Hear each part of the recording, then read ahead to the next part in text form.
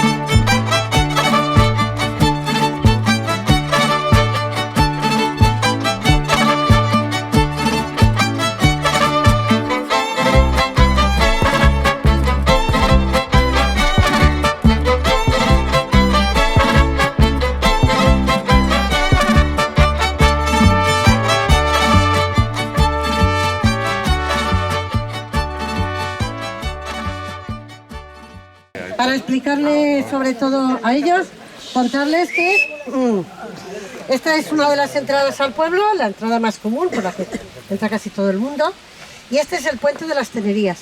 Se llamaba puente de las Tenerías porque aquí había tenerías, es decir, había unas pilas donde se curtía donde se curtía el cuero y estaba justo aquí porque, claro, tienen que utilizar el agua para el curtido del cuero. Entonces, aquí lo que tenemos ahora son señalizados 2 caminos, este y otro que está en aquella cruz. O sea, en aquel árbol, perdón. El camino de Uclés, que está, es un camino señalizado que viene desde la iglesia de San Pedro de Madrid, va pasando por... Santiago. Puede pasar por la Puerta del Sol, por ¿cómo se llama esto? Por...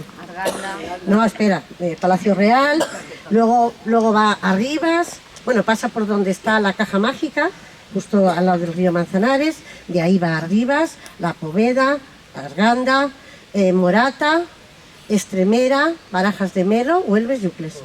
Entonces, se acaba de señalizar sobre todo nuestro trayecto de la provincia de Cuenca. Ahora están también haciendo un alternativo que va a pasar por Villarejo y por Fuentidueña. Y luego, aparte de eso, hay otro que lo han señalizado desde... Ahora mismo ese ya no sé desde dónde viene, porque viene de por ahí atrás, de la parte de la sierra, y va hasta Pozo Rubio. Y es una señal nueva que hay ahí en ese árbol, que es donde está lo de la bienvenida. Ahí está puesto el camino Nacianceno, se llama, porque es el santo de Pozo Rubio es San Gregorio Nacianceno, ¿vale? Entonces hay 2 caminos para que la gente venga andando, en bicicleta, como quiera, ¿vale? Bueno, vamos a seguir por aquí.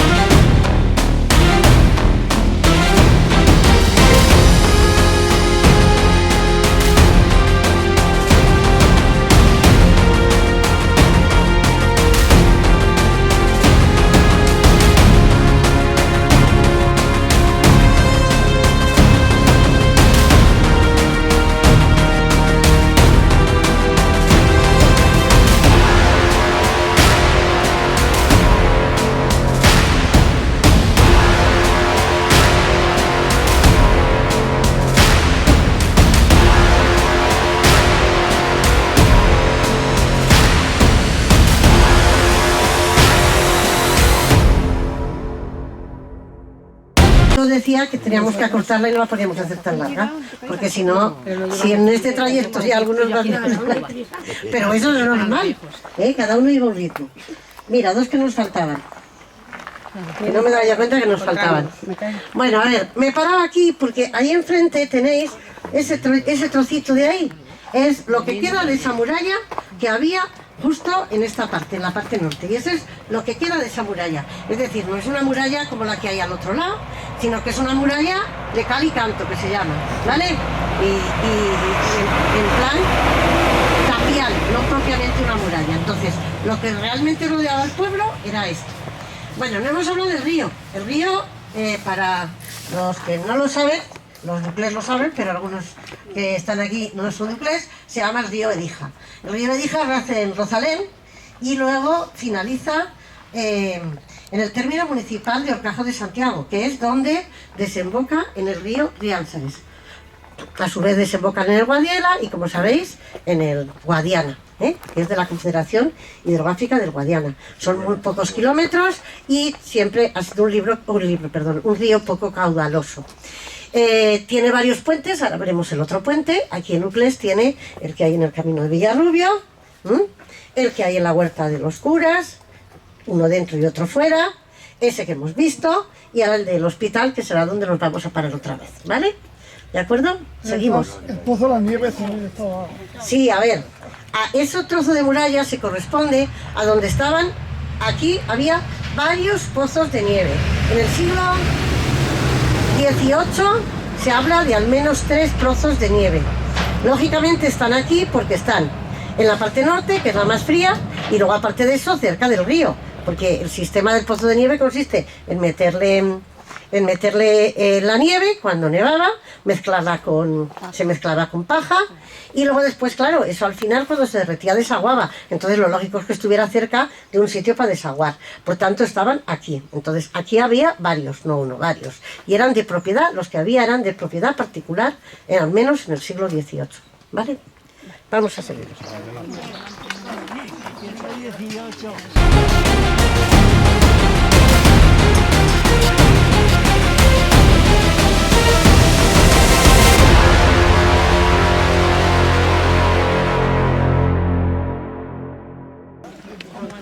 Bueno, así se hace más cómodo, ¿no? Vamos parando. Y quien se quiere sentar se puede sentar. Bueno, este es el puente del hospital. Estamos en el puente del hospital. Este puente hay fotografías de principio de siglo en el que era un vado.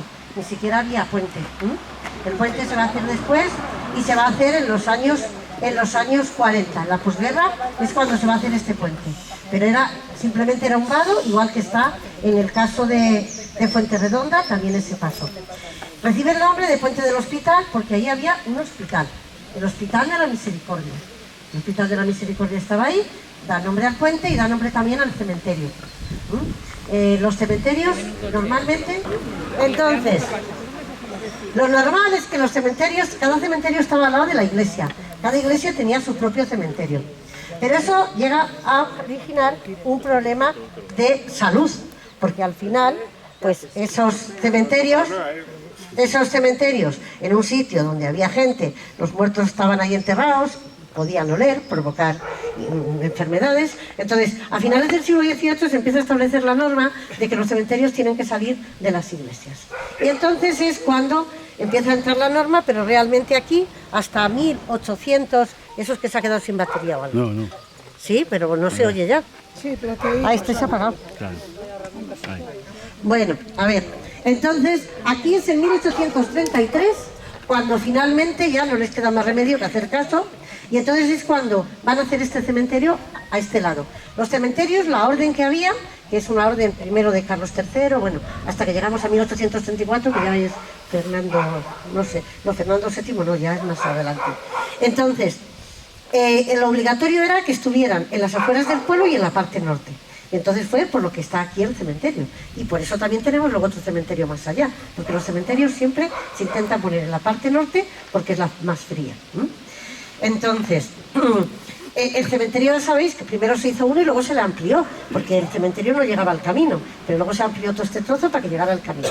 Y ya en los años 80 del siglo XX, porque antes estaba hablando del siglo XIX, es cuando se va a hacer el que tenemos al fondo, que es el municipal. Este es de la iglesia, ¿vale? Y luego, para ellos que lo sepan, hay otro cementerio que se llama Santa Catalina, que está justo donde hemos empezado, justo enfrente de donde hemos empezado, debajo del monasterio. Os decía que había ahí un hospital y había otro hospital en el pueblo. Estaba el Hospital de la Misericordia, que era un hospital para la gente que transeúntes, gente que iba y venía. Y está descrito además en el siglo XVIII, con la gente que vivía ahí, la señora que cuidaba, con su nombre, todo se sabe, toda la información de ese hospital. Y luego después había otro que era de la Orden de Santiago, que estaba donde está la ermita, en el Santorum. Entonces eran los dos hospitales que había, ¿de acuerdo? Vamos a seguir. Sería muy grande, ¿crees, no? Para tener otro hospital. A ver, muy grande, ¿qué es muy grande? Pues Mucha gente. evidentemente no tenía 5.000 habitantes. Eso yo creo que no lo ha tenido en la Pero vida. más de 200 sí. Hombre, más de 200 sí, pero estaríamos hablando de como mucho, pues a lo mejor 2.000 habitantes o por ahí. Si la importancia no era por la cantidad de habitantes, sino por la importancia en sí del pueblo, no por los habitantes. Pero piensa que a razón del tamaño que tiene el núcleo poblacional, en cada casa podían vivir a lo mejor 5 personas. Entonces, multiplicas eso por las 300 casas, pues 5 por 3, 1.500 te salen. 1250, 60.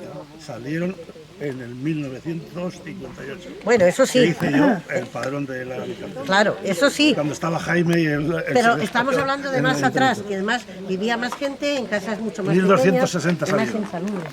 Vamos a seguir.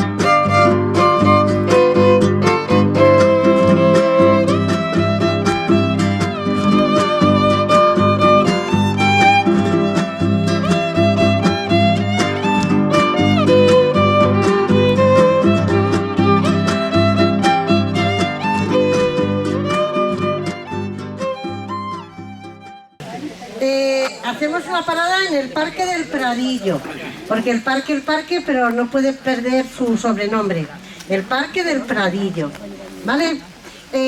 Aquí aproximadamente entre 1915 y 1920 se hace un día del árbol y es cuando se va a poner un montón de arbolado. Es cuando posiblemente más arbolado se va a poner en toda esta zona. Los que sois de aquí ya sabéis que el trayecto que hemos hecho, que se llama la Senda de las Huertas, porque a derecha e izquierda estaban las huertas, por eso la Senda de las Huertas, se tuvieron que poner en torno al final de los años 90. Porque todos esos árboles estaban muy mal, había muchos árboles podridos, muchos estaban cruzados en el río y estaban en una situación lamentable. Fue duro porque hubo que cortarlos todos y volverlos a plantar, pero ahora fijaros la altura que tienen y cómo se han recuperado. Aquí es donde hay algunos más antiguos, como por ejemplo este que estáis viendo aquí, que corresponde todo esto también con los que hay detrás de la fuente, con los plátanos que hay detrás de la fuente. Que esos más o menos también en torno a esa época, porque las fotografías que hay del Arco de la Fuente de la Guerra Civil, se ven los árboles pues del grosor de esa farola. Entonces quiere decir que llevaban pocos años plantados. Bueno, os decía que este es el Parque del Pradillo y aquí lo que hay es un sistema, claro, el agua es un bien que hay que aprovechar mucho. Ahora ya sabemos que es un bien escaso, pero antes ellos también lo sabían, que era un bien escaso. Y por eso lo organizaban muy bien. Entonces el agua viene por aquí por el río y ahí había una presa. Y esa presa permitía que desde la presa se regulaba el agua que iba por aquí, iba al margen izquierdo del río, y desde la presa la que iba por el margen derecho. Y eso había unos días a la semana, que yo ahora mismo no lo sé, pero los más mayores lo sabrán, que unos días a la semana regaban los de un lado y otros días a la semana regaban los del otro. Entonces tenían un control total del agua que bajaba, que insisto, no ha sido un río caudaloso, no ha tenido tampoco agua como ahora, pero sabéis también la situación que estamos viviendo de muchísimas sequías, ¿no? Son sequías continuadas. Entonces, ellos sabían aprovecharlo muy bien y de hecho lo aprovechaban también que incluso el agua que salía de la fuente venía aquí. Eso es algo curioso porque el agua desde aquí baja para la fuente y luego tenemos una reguera que el agua vuelve, o sea que el agua va en sentido contrario, como si dijéramos sube desde la fuente para acá. Todo el agua que sale desde el abrevadero y viene todo lo largo de la reguera de la carretera en realidad va en sentido contrario, y por eso esa reguera pues tiene muy poco desnivel y enseguida que hay 4 hojas y se atasca y el agua ni viene, porque claro, casi no hay desnivel, como os decía. Aquí estaba con el tema del aprovechamiento del agua, tenemos una fuente y en la parte de arriba veis ese murete que era una especie de acueducto. En realidad lo que hacía desde ese murete es el agua, siguiendo el cerro, iba hasta el fondo, que estaba el convento de los carmelitas. Entonces ahí les llegaba el agua a través de ese pequeño acueducto que partía desde aquí. O sea, otra manera de aprovechamiento del agua. Esta fuente se llama la Fuente de los Cuernos. ¿Por qué? Bueno, tiene dos caños, a lo mejor los 2 caños los relacionan con los cuernos. Pero ese es el nombre que le damos nosotros. En el siglo XVIII eran la Fuente Dulce, que era la de los 5 caños, y la Fuente Vieja, que era esta. Entonces era el nombre que tenía en el siglo XVIII. Fuente Vieja y Fuente Dulce.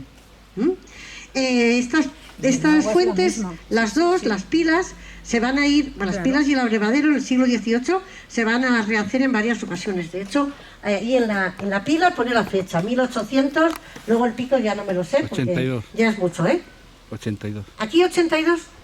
Vale, y luego en el abrevadero me parece 34. Uno es más... Ese ya no lo... Sí, me parece que pone... Como vamos a ir, ahora lo vemos. En la parte del abrevadero de la pila que tenemos en la fuente. Y luego lo que es la pila de la fuente es de 1905. Pero eso luego os lo cuento allí, ¿vale?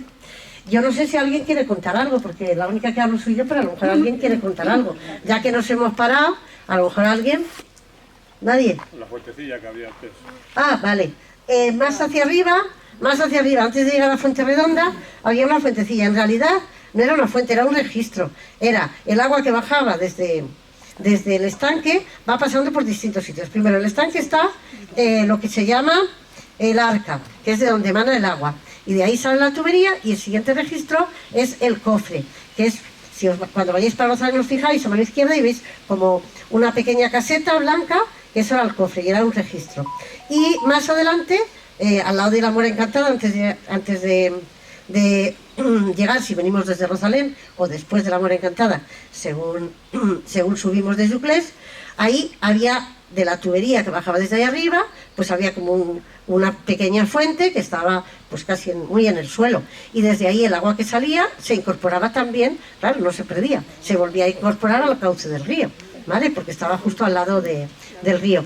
Ya que ha dicho él lo de la fuente, hablar también de los molinos. Había varios molinos. El primero, el que tenemos aquí justo en la siguiente curva. Ese molino, el molino del agua, es un molino que ha estado funcionando hasta la posguerra. Después de la guerra todavía funcionaba el molino. Se llama el molino del agua. Más adelante tenemos uno en la huerta del monasterio, que también, pues, normalmente está cerrado, pero si hacemos algún día otro recorrido de estos, podíamos entrar y ver el molino, porque el molino además tiene una cruz ahí muy bonita y una fecha, y podría estar bien hacer lo que me proponía, ¿cómo se llama? José, que de ir por la tapia, pero podíamos entrar por dentro y volver por la tapia, por ejemplo, y ver ese molino, porque ese molino está curioso. Luego el siguiente molino es el molino de la defensa.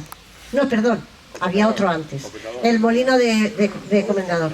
Sí. Ese molino está justo debajo del castillo. Justo debajo del castillo, de ese solo queda pues los cimientos, porque yo nunca lo he llegado a ver. A lo mejor he llegado a ver una tapia de esta altura, pero ya desde hace muchísimo tiempo no hay ni molino. Y el siguiente es el de la defensa, que también está en muy mal estado, no tiene techumbres, pero sí que tiene todavía parte de las paredes. Entonces esos eran los molinos que había en el recorrido del río Bedija en Uclés, ¿vale? Y luego, Ana, otra cosa, lo del dique. Eso ya lo he explicado. Sí, he dicho que el agua entraba por aquí, ahí había una zona que hacía de presa, y en la presa permitía controlar el agua que iba por la parte derecha, la de aquí salía por aquí hacia la parte izquierda del río, y luego lo que sobraba de la presa se incorporaba también al río. Entonces todo eso ha dejado ya de funcionar, pero en su momento pues todo eso era un sistema para controlar y que todo el mundo pudiera regar. Que había un tribunal de las aguas antes. Sí, bueno, bueno, exactamente, sí, pero se establecían unas normas y la gente las cumplía. Y sí que hay registrados muchos casos de conflictos. Hay un caso de un conflicto aquí, a la entrada de esta huerta, de uno que se llamaba Perellón, de apellido, en el siglo XVIII, y también hay otro eso me lo pasó Paco, más moderno, más del siglo XIX, en la parte de frente de la Mora, que ahí también hubo un conflicto para regar, porque allí como tales huertas no existían, eran tierras, pero no eran tierras como huertas. Los que se consideraban huertas eran las de aquí. Las huertas no han sido unas huertas de gran producción y ni siquiera de tener demasiados frutales. En el siglo XVI, en las relaciones topográficas de Felipe II, hablan de que hay 4 cerezos y poco más. O sea, que no han sido unas huertas, pues claro, cuando este año dio la conferencia la señora esta sobre el archivero de Uclés, y ella es de Tudela, recogíamos, lo encontró ella y lo tenía yo también, una poesía en la que se hablaba de Uclés y lo hablaba este señor que vino de archivero en el siglo XVIII, y comparaba la huerta de Uclés con la de Tudela. Digo, claro, nada que ver, ¿no? Vamos a ver, nada que ver. Entonces no me extraña que no le gustara al pueblo, porque claro, su pueblo tiene un río, pasa el Ebro, varios ríos, no solo el Ebro, y tiene una huerta en condiciones, no nosotros. Entonces se reía de los entierros, porque dice que había mucha gente llorando y eran muy plañideros y lloraban mucho los entierros. Se reía de las procesiones del Corpus, porque colgábamos cosas en los balcones, y se reía un poquito también del río, porque dice que era una mea de un oso, el río. Claro, comparado con el Ebro, vuelvo a repetir, no vamos a comparar. Vale, vamos a seguir ahora por la carretera.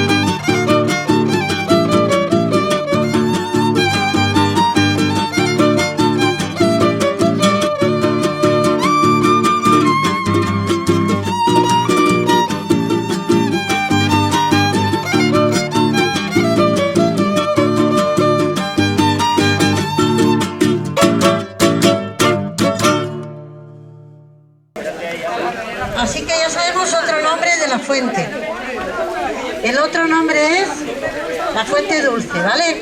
Que lo sepáis. Bueno, ¿les quito yo de aquí? No, ponte mirando a la... Es todo. Alicia, digo, tú a tu aire, Ana. Yo aquí al lado de tu padre. Tú a tu aire. No, pero Ana, no se tienes que poner tan fuera, tienes que estar más fuera. Vale. Pero tapo a la gente. No tapas a nadie, si te pones más para Estáis tapando la delante de mi fuente. padre. Delante de mi padre. Bueno, a ver, vamos a... Como tenemos que callarnos para la foto, ya nos callamos. Bueno, os decía que la fuente ya se describe en las relaciones topográficas de Felipe II. Y nosotros llamamos fuente de los 5 caños, pero no ha tenido siempre 5 caños. Tenemos fotografías de cuando estaban aquí los agustinos, de esta fuente, antes de 1905, que es la fecha que consta ahí, que tenía 3 caños. Lo que hicieron fue pasar de 3 a 5 caños y obviamente fue cuando cambian la pila y ponen una pila más grande, porque claro, no cabían los 5 caños en la pila que había. Estamos pendientes de poner el boliche, que la gente está hablando, pero es que nos lo tiene que hacer un cantero de Saelices y estamos detrás de él a ver cuándo nos lo hace. El otro ya se cayó una vez, estaba yo de alcaldesa, y fue el taller de Segóbriga quien nos lo arregló y lo volvimos a poner y nos lo hicieron el taller de Segóbriga. Pero claro, hay que intentar hacerlo de las mismas características y que no se noten. Si os dais cuenta, realmente está hecho con fragmentos de cosas, no es una fuente que está hecha con fragmentos que se han ido cogiendo. 2 columnas, ese friso, que si os dais cuenta, ese friso es de color como rojizo, además que se lo come el sol, y es una piedra muy frecuente que se ve en muchos de los tapiales. Si os fijáis simplemente en la pared de Casa Palacio, entre medias de lo que son las piedras de la pared, se ve piedra de esa. Se llama selenita, ese tipo de piedra. Y es con la que está hecha en la pila de la iglesia, de la sacristía del monasterio. Hay una cruz roja. Pues esa cruz roja está hecha de esta piedra que se llama selenita. Es una calcita con un enriquecimiento de un mineral que le da ese color rojizo. Bueno, el agua viene de Fuente Redonda. Fuente Redonda, ¿sabéis dónde está? No sé si habéis pasado alguna vez. Y era la fuente dedicada al dios Airón. El dios Airón es un dios primitivo, anterior a los romanos. Normalmente los romanos llegan y establecen sus propios cultos y sus propios dioses, pero aquí pues se permitió que siguiera adorándose a ese dios. Era el dios del inframundo, el dios de las profundidades, y del inframundo pues está la muerte en el inframundo, pero también surge el agua, ¿no? Entonces pues es un poquito entre la vida y la muerte, ¿no? También se decía bueno, ese lugar después lo utilizan los romanos y es cuando lo van a cercar de piedra, por eso se llama Fuente Redonda, porque al cercarlo hacen una fuente redondeada. Y decía que ellos lo hacían pues para cultos, para inmersiones y esas cosas. A la vez también, derivado seguramente del tema del dios Airón, pues surge el tema de que, bueno, que si te metes, que te ahogas, que incluso que hay dentro una tapa, que tiras de la tapa y entonces sale y todo esto se inundaría. Bueno, pues entonces son todo leyendas que surgen en torno a este. El tema también de que si te metes y te ahogas, hay quien dice que eso fue también a raíz de la batalla de Uclés, que decían que si se lavaban se debilitaban y entonces como se debilitaban pues que no aconsejaban el baño y se inventaron eso.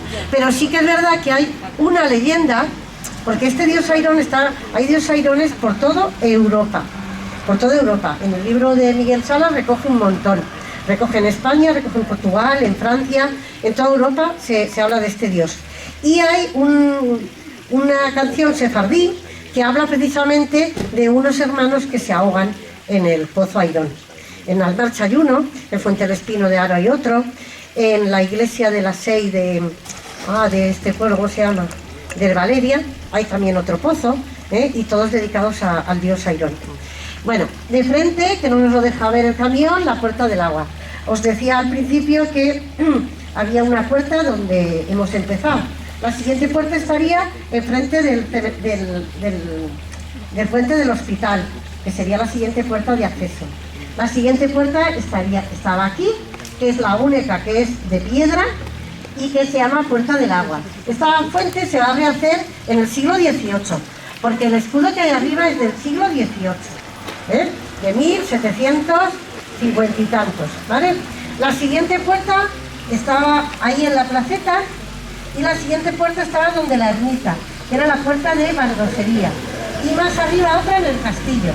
Todo lo demás son pequeños callejones que lo normal es que estuvieran tapados, para de esa manera garantizar que no se metiera la gente por la noche en el pueblo, porque estas puertas por la noche se cerraban. Entonces pensar que la vida no era lo mismo que ahora, aunque nos pensábamos que ahora tenemos mucha inseguridad, entonces también había mucha. Bueno, aquí lo que había desde muy antiguo era, desde muy antiguo, desde el siglo XVI, un convento, el convento de las dominicas. El convento se va a hacer más o menos donde están las escuelas. Se hace un convento, un señor, una hija suya quiere hacerse monja, le ayuda a hacer un convento y se mete en el convento. En ese convento van a estar, ese convento tiene a su vez una capilla que se dedica, como es lógico porque eran dominicas, se dedica a Santo Domingo, y después las monjas empiezan a tener problemas porque está en un sitio que hay muchas humedades. Cuando llovía también todo esto se inundaba, que vosotros hemos visto a ambos lados del río del Liendres, hemos visto encharcado, ¿verdad? Pues entonces se les inundaba, tenían mucha humedad, empezaban a tener problemas de salud derivadas también de la humedad.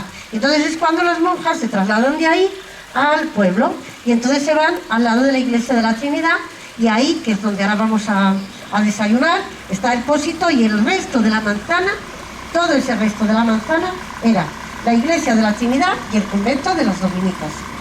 Pero aquí se queda la iglesia, y esa iglesia es la que luego se va a dedicar a la Virgen de la Quinta Angustia, la que después será nuestra patrona.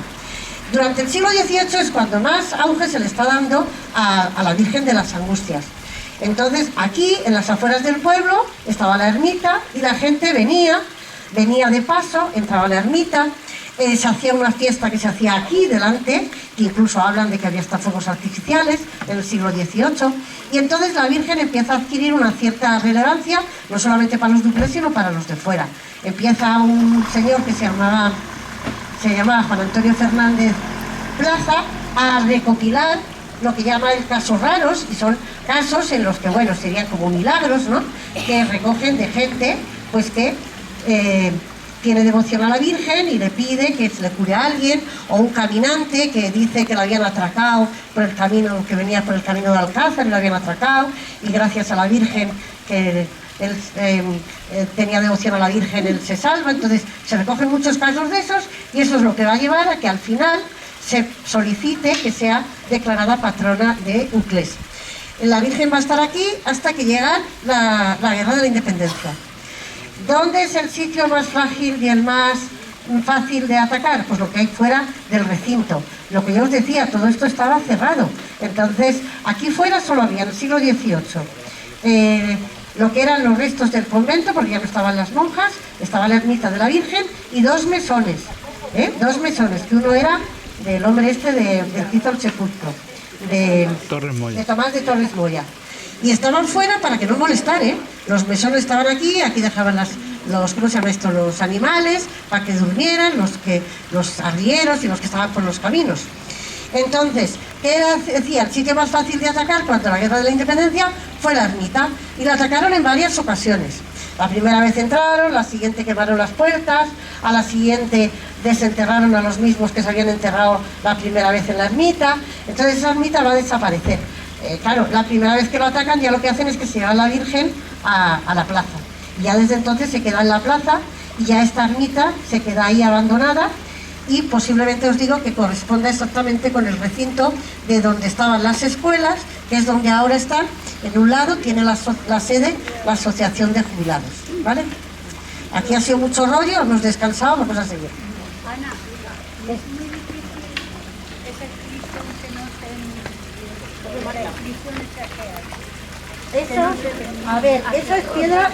Eso es piedra caliza. La piedra caliza es muy frágil. Si intentas, pues yo hablé con Charo, la de Segovia. Entonces, si tú intentas, para que se vea más, la puedes romper, porque la piedra caliza es que se rompe. Aparte de que al estar al lado del agua ahí también tiene más humedad y todas esas cosas. Entonces, lo único sería, que es lo que ella me dijo, dar un tinte dar un tinte, y tú sabes que al estar hundidas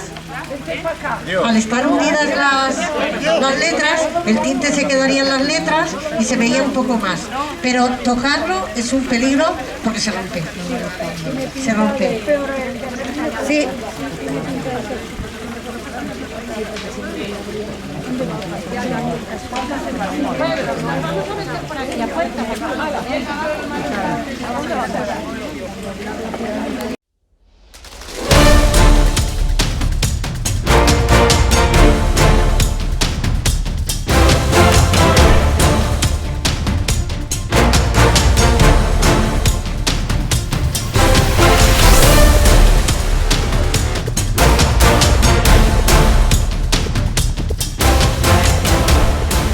Y os lo voy contando.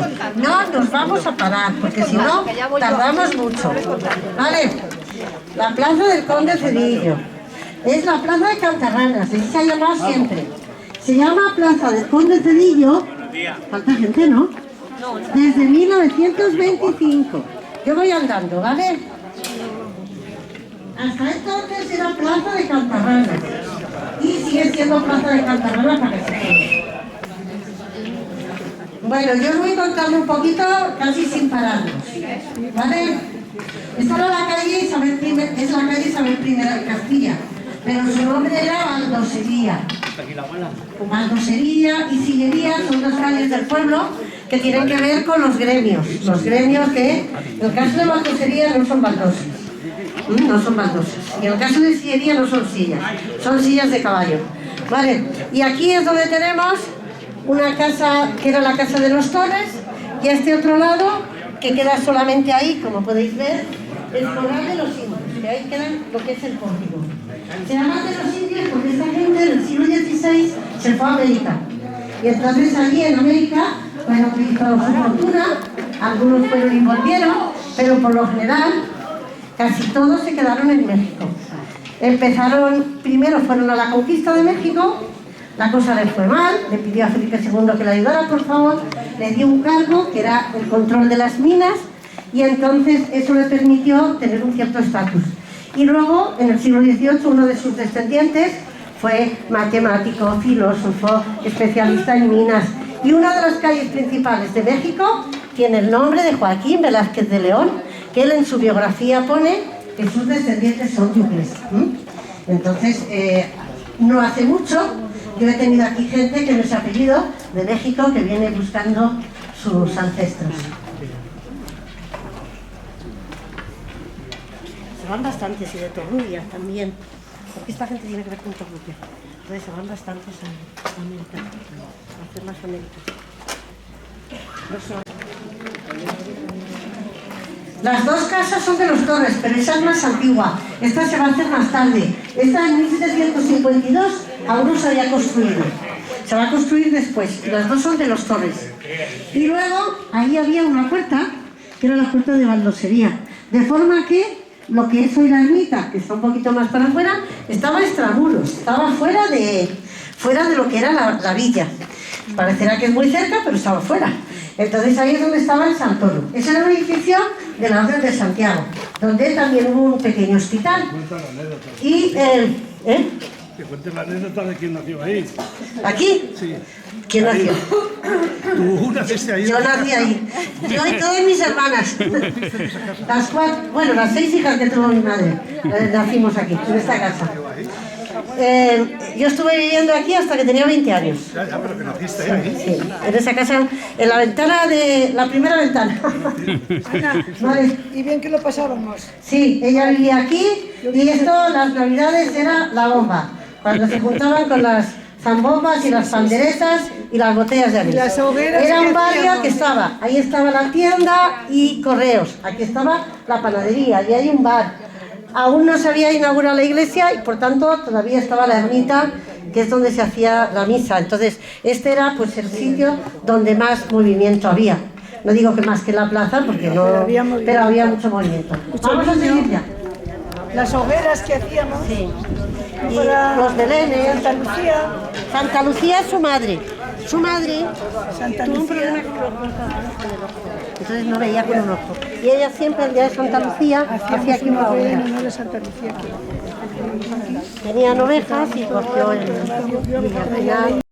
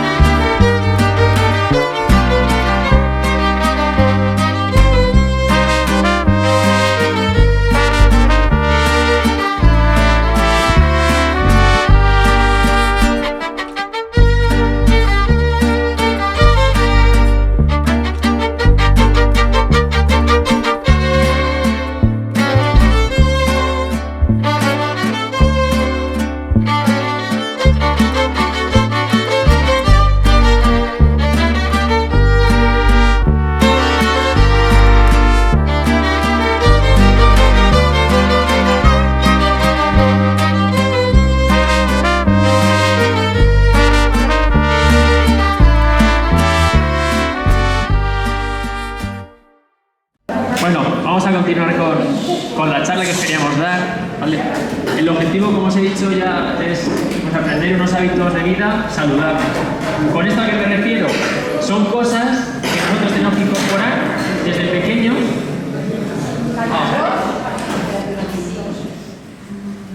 Lo que os venía diciendo, los hábitos de vida saludable no es más que aquello que tenemos que incorporar en nuestro día a día, pero no para las personas mayores o personas con enfermedad. No, esto es algo que tenemos que hacer todos, jóvenes, niños, adultos, ancianos, ¿vale? ¿Y en qué consiste? Pues esto consiste en llevar una alimentación adecuada, realizar ejercicio físico, saber manejar las situaciones un poco de estrés, el descanso es muy importante también, mantener una adecuada higiene y demás. Y por eso, además de andar a hacer un desayuno, nosotros queríamos complementar con algunos datos más y algo más de información. Bueno, lo que os venía diciendo, ¿qué consisten o qué son los hábitos de vida saludable? Pues llevar una alimentación variada, equilibrada, ¿vale? Evitar dietas milagro como hay también, porque eso tiene sus consecuencias y sus repercusiones también, y un efecto rebote.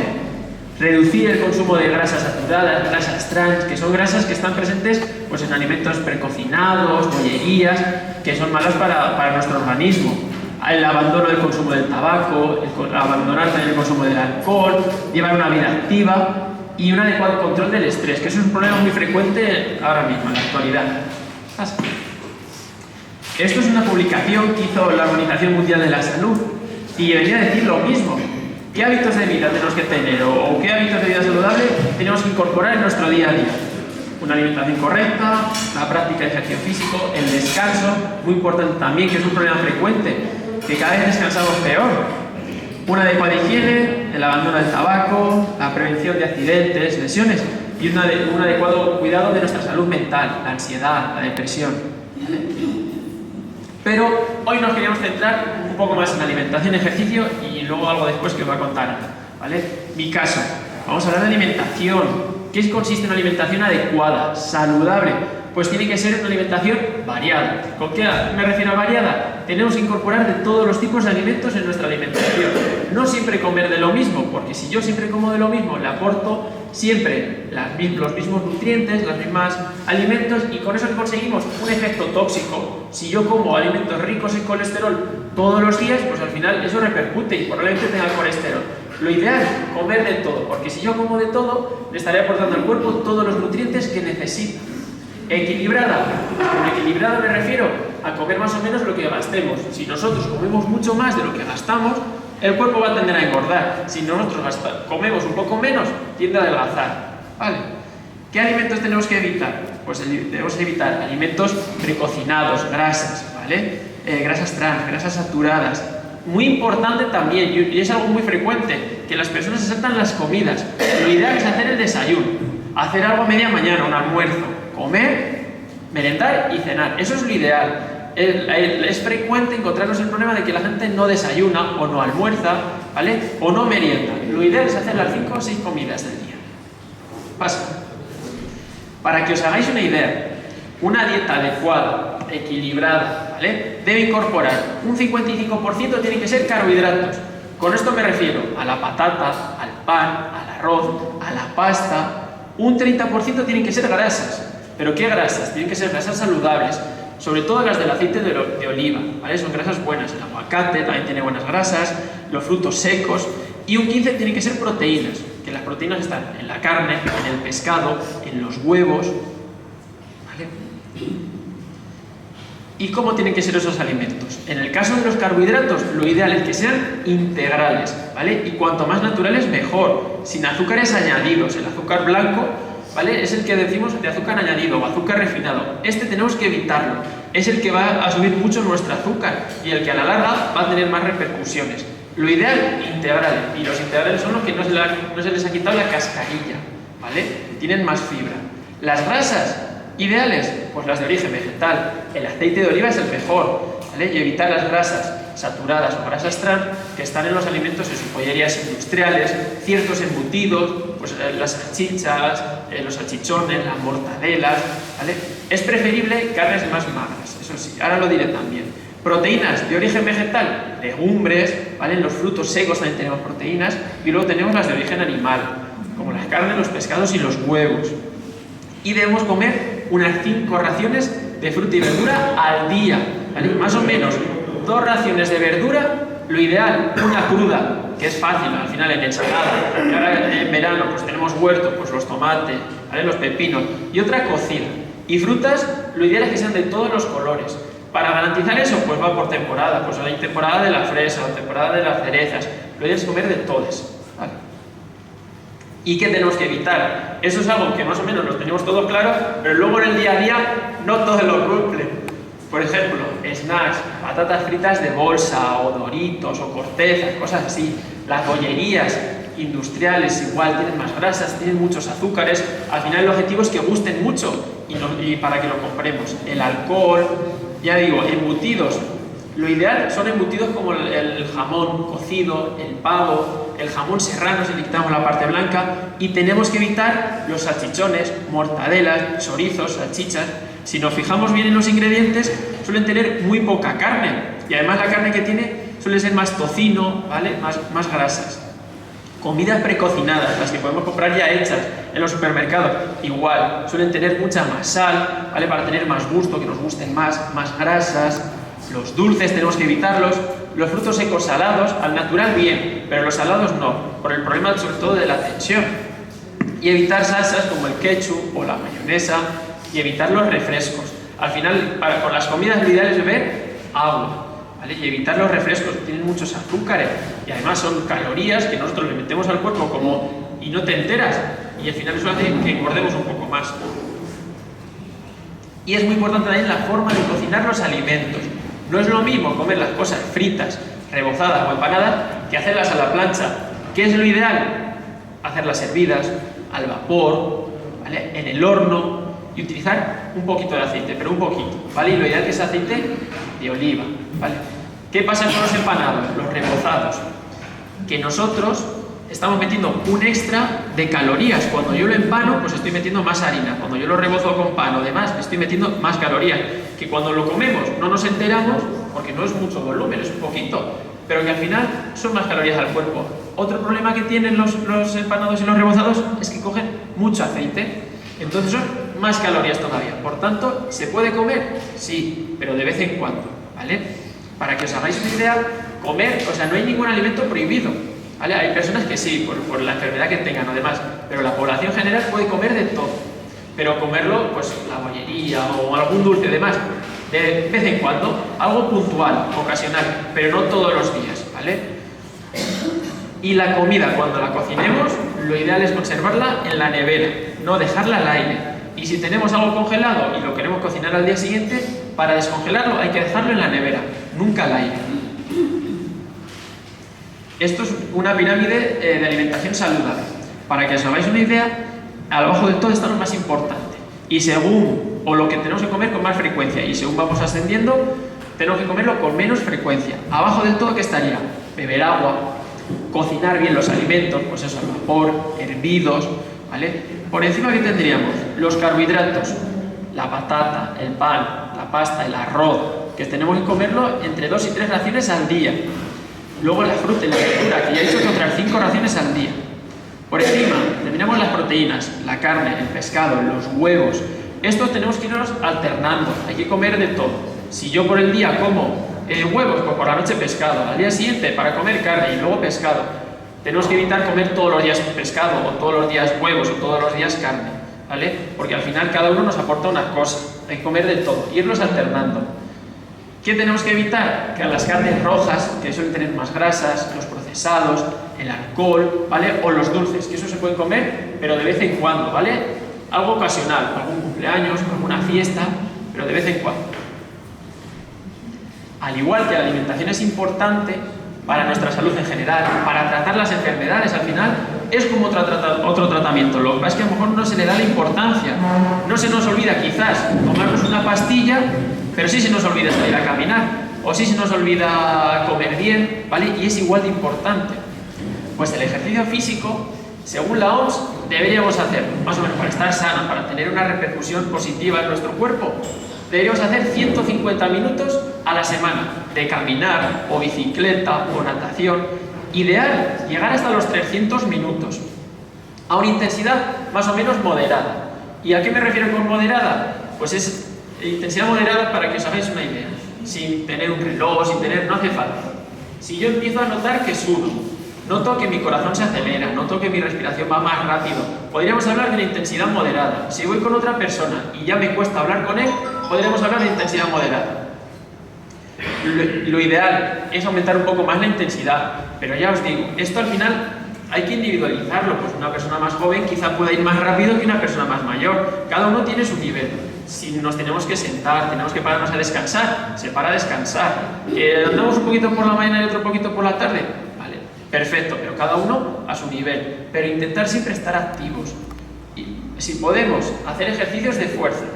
Esto es algo que antes no se le daba importancia, pero que cada vez tiene más. ¿Por qué? Porque el ganar músculo al final da soporte al cuerpo, influye mucho que nosotros podamos hacer las actividades del día a día bien, en condiciones. ¿Vale? Al final el ejercicio no solamente es peso o solamente es estética, el ejercicio nos ayuda a nosotros tener fuerza para coger una garrafa, para coger un plato que está arriba, para jugar con mis nietos, jugar con mis hijos, son muchas cosas. Ejercicios de equilibrio, ejercicios de flexibilidad son muy importantes, por ejemplo el yoga, el tai chi, el pilates, ¿vale? Y siempre antes de empezar a hacer ejercicio hay que hacer algo de calentamiento, de movilidad, de las rodillas, de los tobillos y al final estirar, ¿vale? Hoy lo que hemos visto con la marcha es a modo de ejemplo, ¿vale? Habrán salido 1,5 kilómetros por ahí, cada uno a su nivel, el que pueda más, más. Lo ideal es empezar poco a poco, ir aumentando la distancia, ir aumentando la intensidad, ¿vale? Además, hoy hemos pasado por la carretera, es mejor evitar sitios así, ¿vale? Por el peligro de los coches. Además, este pueblo tenéis la ventaja que es un pueblo precioso y que cualquier rincón es bonito, entonces se puede pasar por muchos sitios y disfrutar también de las vistas, ¿vale? Y esto es a modo de ejemplo. Se puede salir a caminar, que al final es algo barato, es accesible para cualquiera. Las bandas elásticas, que esto en consulta lo digo mucho, porque en el Decathlon, el Sprint, en cualquier tienda así de deportes, son muy baratas. El tai chi o el que le guste el gimnasio, pues ir al gimnasio, ¿vale? Y estos son los múltiples beneficios que tiene el ejercicio, que ya los he mencionado prácticamente todos. Pues ayuda a reducir el colesterol, mejora nuestra circulación, perdemos peso, nos sentimos más ágiles, que al final también eso es muy importante. Alivio del estrés y mejora el azúcar y los niveles de tensión, ¿vale? No sé, ahora continuar, Ana. Prestar atención también.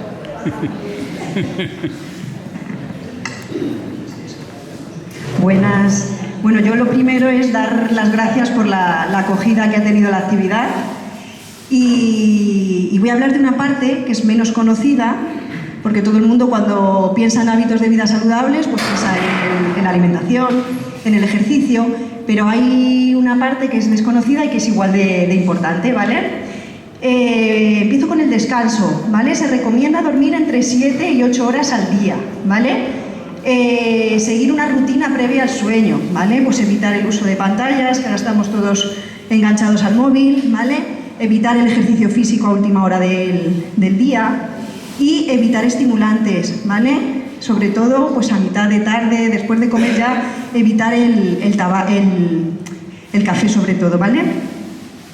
Hay una parte muy importante que cada día forma más parte de nosotros, que es el estrés, ¿vale? Hay un estrés que ya nos viene impuesto por la sociedad en la que vivimos, por el trabajo, pues por el cuidado de los nietos, por muchísimas cosas, y es una parte muy importante para estar saludable, ¿vale?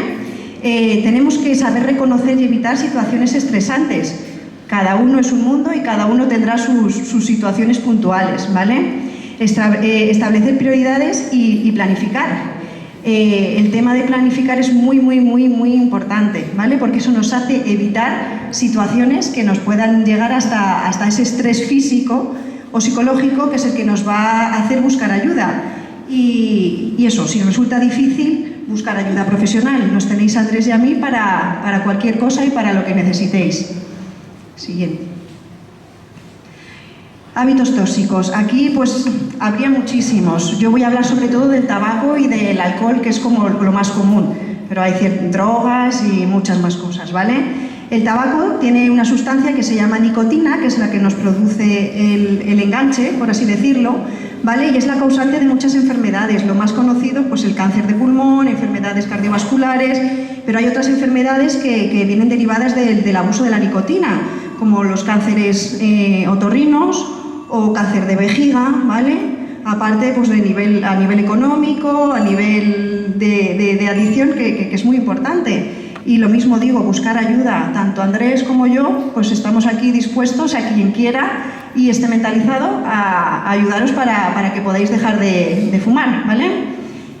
Siguiente. Vamos a hablar también del alcohol, que esto a lo mejor os sorprende, pero el consumo mínimo de alcohol son 10 gramos en las mujeres y 20 gramos en los hombres. Esto es nada, ¿vale? 10 gramos es un chupito, media copa de vino, una cerveza, ¿vale? 20 gramos, pues una copa de vino, una jarra de cerveza, o sea, es nada. Esto un día puntual, pues no pasa nada, pero esto de continuo y a diario es un problema, ¿vale? Y un problema que muchas veces, pues eso, que no tenemos la noción de lo que es el menor consumo, entonces pues no lo tenemos como algo malo. ¿Qué hacer en estas situaciones? Pues siempre elegir bebidas alternativas, ¿vale? Cuidado también con lo que ha dicho antes Andrés de los refrescos, porque también tienen azúcar. Lo ideal es el agua, ¿vale? El alcohol deshidrata, entonces pues no beber alcohol para calmar la sed o mientras se practique deporte, ¿vale? Elegir bebidas con menos graduación, pues si estamos en un cumpleaños, en una fiesta, pues uno le apetece beber algo, pues siempre lo que menos graduación tenga, ¿vale? Mejor beber con el estómago lleno y lo mismo digo, buscar ayuda. En el momento en que veamos que algo se sale de lo normal, buscar ayuda, ¿vale? Bueno, esto es el ejemplo visual de lo que hemos hablado. 10 gramos para la mujer, 20 gramos para el hombre y ahí tenemos las cantidades. Y luego, por último, y no menos importante, es la salud social, ¿vale? Hoy, por ejemplo, la actividad que hemos hecho pues busca un poco esto, un poco generar esa comunidad, ¿vale? Que es muy importante para mantenernos activos y para mentalmente estar también sanos, saludables y eso, son muy importantes las relaciones sociales, positivas y saludables, buscar una red de apoyo y la participación comunitaria. Pues más en zonas rurales, pueblos pequeñitos, pues donde al final el volumen de población es menor, las actividades que se pueden ofrecer pues quizás son también un poquito menos que en una capital y es muy importante eso, la comunidad para mantenerse uno también saludable, ¿vale? Y ya está, y nada, dar las gracias y que Andrés y yo estamos para lo que necesitéis y cuando necesitéis, ¿vale? Si tenéis alguna pregunta o alguna duda, alguna cosa.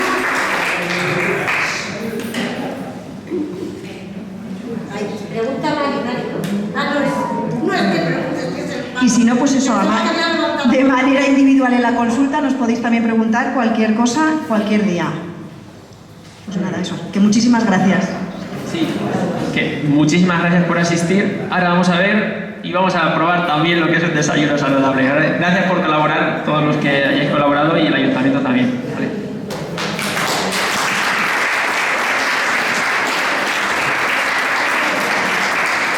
A ver, yo les quiero dar las gracias porque él ya tuvo la iniciativa de hacer otra charla con los niños, que estuvisteis también, lo cual está muy bien porque a los niños en verano cogerlos un día y tenerlos allí estuvo muy bien y fue una buena iniciativa. Esta también, y lo que sí que propongo es que esto se puede repetir, no es cuestión de organizarse, se puede coger y repetir. Quiero agradecer a todos los que han ayudado. La verdad es que no me ha hecho falta buscar a nadie, han venido la gente y ahora mismo hay gente que me está diciendo que no se lo he dicho. Bueno, a ver, nos hemos ido apañando los que estábamos, pero está claro que si esta iniciativa vuelve a hacerse, volvemos a hacerlo, iremos contando con todos. Entonces, aquí hoy pues ha habido gente que ha ayudado pues haciendo el café o ha traído cosas de su casa, otras cosas las hemos traído al ayuntamiento, pues un poco entre todos se ha hecho. Si queréis que lo hagamos en otra ocasión, no hay nada más que coger, organizarlo, lo hacemos y contaré con todas las que no he contado esta vez, ¿vale? Porque todos, de alguna manera, cada uno puede aportar algo, ¿vale?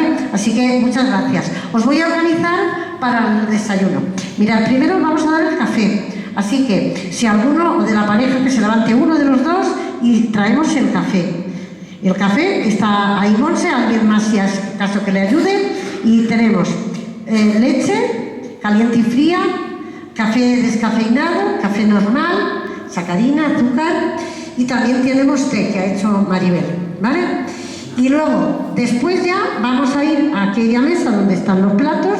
Cuando ya tengamos los cafés aquí, cada uno el suyo, nos levantamos y con ese plato tenemos pan para poderle echar aceite, tomate, hay queso, hay jamón, hay tomates cherry, tenemos uvas, higos y melón. No se me olvida nada, ¿no? Hay frutos secos, ¿de acuerdo?